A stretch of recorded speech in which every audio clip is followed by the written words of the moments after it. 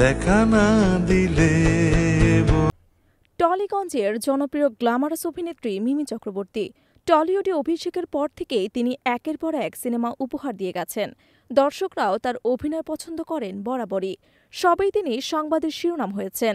সম্প্রতি প্রকাশে এসেছে তার মা হবার ঘটনা। 11 ফেব্রুয়ারি মঙ্গলবার তার জন্মদিন। তার আগের দিন অর্থাৎ সোমবার পঞ্চম সন্তানের মা হলেন মিমি চক্রবর্তী। তাকে কোলে নিয়েই ঝলক বার্তায় অনুরাগীদের জানিয়েছেন সে সুখবর। রীতিমতো তা নিয়ে ঝড় শুরু হয়ে গেছে টলিপাড়ায়। তবে মিমি হাসিমুখে বলছেন, আমি একটি ষাঁড় মেয়েকে দত্তক নিয়েছি, আর এর আগেও ক্যান্সারে আক্রান্ত একটি ষাঁড় মেয়েকে দত্তক নিয়েছিলাম। নাম রেখেছিলাম ফেব্রুয়ারি। অনেক চেষ্টা করেও বাঁচাতে পারিনি। আবারও এক ক্ষুদে ষাঁড় মেয়েকে প্যাসিভ অ্যাডপ্ট করলাম, এরও নাম রেখেছি ফেব্রুয়ারি। ও আমার পঞ্চম সন্তান, এর বাইরে আর কিছুই না। মিমি বরাবরই ষাঁড়মেয় প্রেমী। একাধিক ষাঁড়মেয় সন্তান তার। অভিনেত্রী বাড়ি ফিরলেই ঘিরে ধরে আদর করে সকলে। সেই দৃশ্য দেখা গেছে সোমবারও। তিনি দত্তক নিতে গিয়েছিলেন সেই সংস্থায়। সেখানেও তাকে ঘিরে ধরেছেন বাকি ষাঁড়মেয়রা।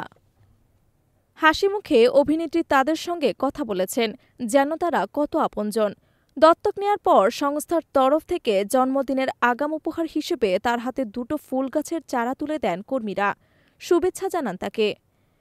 উদযাপন তখনও বাকি। মধ্যরাতে না জানিয়ে মিমির বাড়িতে হাজির হন তার বন্ধুরা। তালিকায় পোশাক শিল্পী অভিষেক রায়, অভিনেতা অনিন্দ্য চট্টোপাধ্যায় এবং আরও অনেকে। অভিনেত্রীর অনুপস্থিতিতে তারা হলুদ কালো বেলুন ফেস্টুন দিয়ে ঘর সাজিয়ে ফেলেছেন। টেবিলে হাজির রেড ভেলভেট, হোয়াইট ফরেস্ট সহ রকমারি কেক।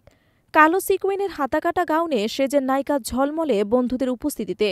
মাকে দেখে রসিকতা করার লোভ সামলাতে পারেননি তিনি।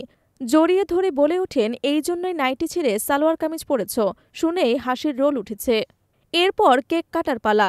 মিমির ইচ্ছের কথা শুনে আর এক প্রস্থ হাসি সকলের। কারণ নায়িকার দাবি তিনি জীবনের থেকে প্রচুর আনন্দ ও ভালোবাসা চান। তারপরে মাথা ঝাঁকিয়ে জোর গলায় দাবি করেন তার আরও টাকা চাই।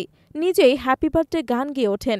ততক্ষণে ষাঁড়মেয় সন্তানরা ঘিরে ধরে আদর জানাচ্ছে মিমিকে।